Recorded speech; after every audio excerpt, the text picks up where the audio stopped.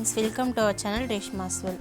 இன்றைக்கி நம்ம சேனல் என்ன டிஷ்னா, ஒரு மணக்க சூப்பரான மீன் குழம்பு தாங்க இன்றைக்கி செய்ய போகிறோம்.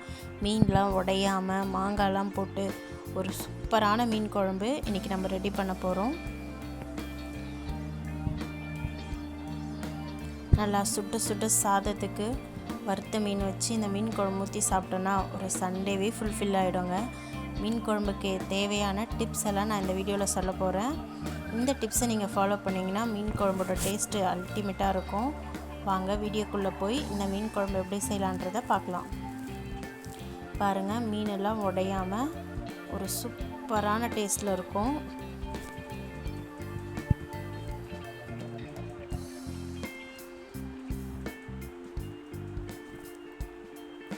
வாங்க வீடியோக்குள்ளே போய் இந்த மணக்க மீன் குழம்பை எப்படி வைக்கலான்றதை பார்க்கலாம்.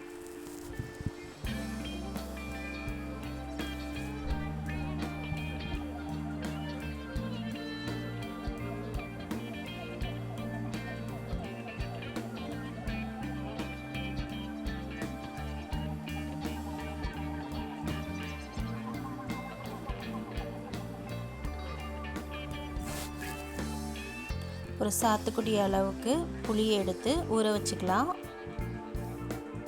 இந்த அளவுக்கு புளி எடுத்து ஊற வச்சுக்கோங்க. ஒரு கடாயை வச்சு கடாய் நல்லா ஹீட் ஆனதும் 4 ஸ்பூன் அளவுக்கு எண்ணெய் ஆட் பண்ணிக்கலாம். எண்ணெய் நல்லா காஞ்சதும் 1/4 ஸ்பூன் கடுகு, 1/4 ஸ்பூன் வெந்தயம் ஆட் பண்ணிக்கோங்க. வெந்தயம்லாம் நல்லா பொரிஞ்சதும் ஒரு 10 பல் அளவுக்கு பூண்டு ஆட் பண்ணிக்கோங்க. ஒரு சின்ன கப்பில் ஃபுல்லாக சின்ன வெங்காயத்தை ஆட் பண்ணிக்கோங்க.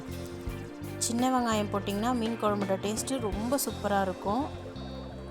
வெங்காயம் நல்லா வதங்கினதும் 4 தக்காளியை இந்த மாதிரி கட் பண்ணி ஆட் பண்ணியிருக்கேன். அதையும் ஆட் பண்ணிவிட்டு 1/4 ஸ்பூன் மஞ்சத்தூள், தேவையான அளவுக்கு உப்பு போட்டு ஒரு 5 நிமிஷம் அப்படியே மூடி வச்சுருங்க. இந்த தக்காளி நல்லா குழைவாக வதங்கிறதுக்குள்ளே நம்ம புளியை கரைச்சி ரெடி பண்ணி எடுத்து வச்சுக்கலாம். தக்காளி நல்லா வதங்கட்டும். இப்போ புளியை 2 சொம்பு அளவுக்கு தண்ணி விட்டு நல்லா கரைச்சி எடுத்து வச்சுக்கோங்க. பாருங்கள், தக்காளி நல்லா குழைவாக வதங்கி வந்துருச்சு.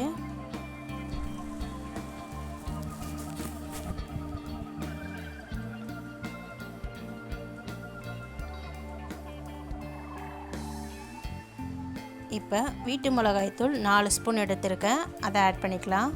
நம்ம இதில் வேறு எந்த மசாலாவும் ஆட் பண்ண போகிறதில்ல, வீட்டு மிளகாய்த்தூள் மட்டும்தான் ஆட் பண்ண போகிறோம். இந்த எண்ணெயிலேயே கொஞ்சம் இந்த மிளகாத்தூளை நல்லா வதக்கிக்கலாம்.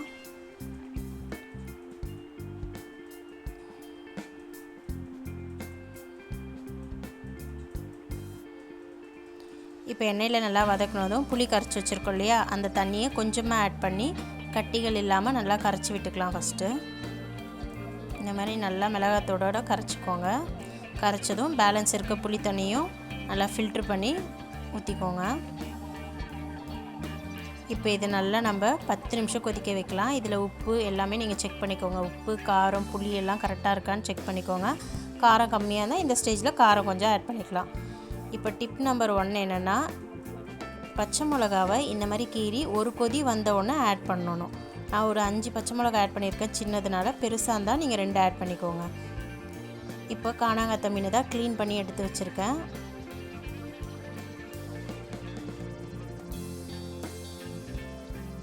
பாருங்கள், 10 நிமிஷமாக குழம்பு நல்லா கொதிச்சிருச்சு. இந்த ஸ்டேஜில் மாங்காவை ஆட் பண்ணிக்கலாம். மாங்காய் முன்னாடியே போட்டிங்கன்னா குழஞ்சிரும். மீன் போடுறதுக்கு ஒரு 5 நிமிஷம் முன்னாடி தான் மாங்காய் போடணும். இப்போ மாங்காய் போட்டு 5 நிமிஷம் நல்லா கொதித்ததும் இப்போ நம்ம க்ளீன் பண்ணி வச்சுருக்கோம் இல்லையா, அந்த மீனையும் ஆட் பண்ணிக்கலாம்.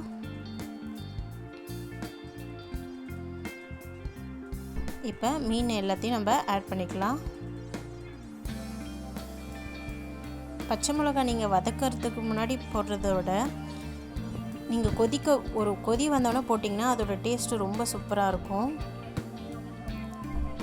இப்போ மீனெல்லாம் ஆட் பண்ணிவிட்டு டிப் நம்பர் 2 வந்து கருவேப்பிலை கொத்தமல்லியும் நம்ம வெங்காயம் வதக்கும் போது போடுவோம். அந்த மாதிரி போடாமல் லாஸ்ட்டாக தூவி இறக்குனீங்கன்னா அதோட டேஸ்ட்டு சூப்பராக இருக்கும். மீன் போட்டு அதுக்கு மேலே கருவேப்பிலை கொத்தமல்லியை தூவி விட்டுக்கோங்க. தூவி விட்டு லோ ஃப்ளேமில் வச்சு ஒரு 10 நிமிஷம் அப்படியே விட்டுருங்க.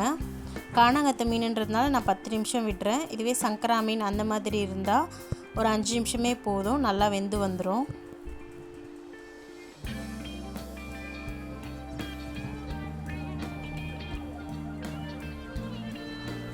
பாருங்கள் 5-10 நிமிஷம் ஆயிடுச்சு, 5 to 10 மினிட்ஸ் ஆயிடுச்சு. இப்போ சூப்பராக மணக்க மீன் குழம்பு ரெடி ஆகிடுச்சு. இந்த மெத்தடில் ட்ரை பண்ணி பாருங்கள், கண்டிப்பாக உங்களுக்கு ரொம்ப பிடிக்கும். இந்த வீடியோ உங்களுக்கு பிடிச்சிருந்தால் லைக் பண்ணுங்கள், ஷேர் பண்ணுங்கள் அண்ட் சப்ஸ்கிரைப் பண்ணுங்கள். பாய் ஃப்ரெண்ட்ஸ், நெக்ஸ்ட் வீடியோவில் பார்க்கலாம். இந்த மீன் குழம்பை கண்டிப்பாக ட்ரை பண்ணி பாருங்கள்.